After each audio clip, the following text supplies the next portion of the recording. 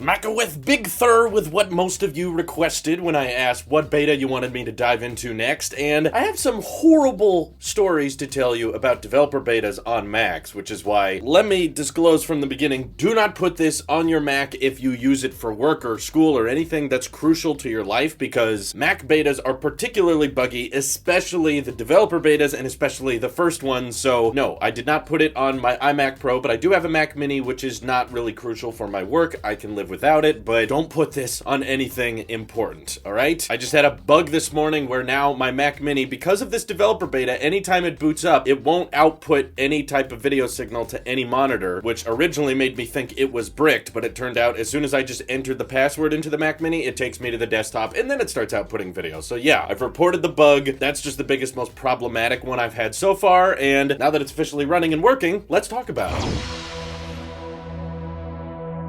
So I know, excuse my setup here, I know it's probably the most bizarre one in the world because the last thing someone should use for gaming is a Mac, and the last Mac you should choose for gaming is the Mac Mini, and yes, I have it hooked up to a 165Hz Predator monitor. I just like the high refresh rate, and bizarrely the Mac Mini supports it, so okay, just give me a break, alright? I like the look of the screen. But the UI overhaul was absolutely something I was not expecting with macOS this year. I thought the biggest talk of quadruple UDC was going to be Apple moving on to ARM. They're going to show off custom CPUs, and the user interface for macOS for everybody else, for the Intel Macs and older Macs, like, who cares? Just do a stability update because Catalina was so buggy. But now I realize that this is probably one of the biggest operating system upgrades since Yosemite, which was met with a lot of criticism, and I'm seeing kind of similar responses because, I don't know, it seems like people when they use Macs are more focused around productivity and getting work done, which makes sense, and when it comes to iOS or iPads, we're more playful. We're more interested in how can the home screen get redesigned? How can our visuals change? How can Apple adopt, skeuomorphism or something like that? We like change in certain departments, but when it comes to the Mac, people are very, very angry when their workflow changes or looks any kind of different than before, and that's met with instant criticism. So I saw a lot of people that immediately thought it looked horrible, it looked ugly, and they don't like it, and now I get to go full on Apple sheep again because I actually love this design. It feels like Apple maximizing screen real estate of any monitor you're plugged into. It feels like menus and text and the little navigation bars and little icons you would hover over before have now been emphasized on being more flat, going straight to the edge of things, and it really makes me feel like I'm using my iPad, bizarrely, because my iPad Pro, of course, now has cursor support, and I can move that around and it will adjust the size of the cursor so that it is still a touch-dominant interface, but I can still use a trackpad, and it can feel a lot like a laptop experience, because it is a laptop experience, whereas the updates to Big Sur feel like they're kind of borrowing that design chemistry. They're borrowing from that idea of not having buttons or options really highlight until your mouse goes over them. So they didn't exactly copy over the iPadOS experience because you still have, a pointer mouse and it doesn't change when you hover over certain things, but it almost feels like Apple kind of going back on that original promise that iPadOS and macOS, they're not merging, they're not going to become one, but at the same time, a lot of the changes they brought to Big Sur kind of feel like they're optimizing it for touch in a way. I don't expect any Macs to have touchscreens anytime soon, but at the same time, I can't tell if this is Apple just wanting to unify design language or if this is them wanting iPads to become more like Macs and Macs to become more like iPads. Honestly, I'm fine with that though, because there's a bunch of benefits of both, and the more they can borrow from each other, I would guess the better experience overall we would ultimately get. And I love the Control Center edition because this is something that I felt like the Macs were desperately in need of, and now that my iPhone has Control Center in the top right, my iPad has Control Center in the top right, and my Mac now has Control Center in the top right. There's uniformity that was never there before, and the only thing kind of breaking that design language is bizarrely a lot of the icons Apple has decided to go with macOS Big Sur. I'm kind of in love with this new design language of maximizing menus and just giving everything a new fresh look, but the one thing I'm not too sold on yet is these new application icons, which appear to be trying to be, the shape of iOS apps, but at the same time, they don't want to be identical. They want to give depth and shadows and colors to them. So now iMessage looks like this neo-skeuomorphic, and I feel like this design contrasts and conflicts a lot with the flat design of Finder and Safari and the updated Control Center and things like that. It feels a little bit inconsistent. I'm wondering if Apple's going to get enough backlash that they might change their mind on this, because personally, I would be totally fine if you brought all of the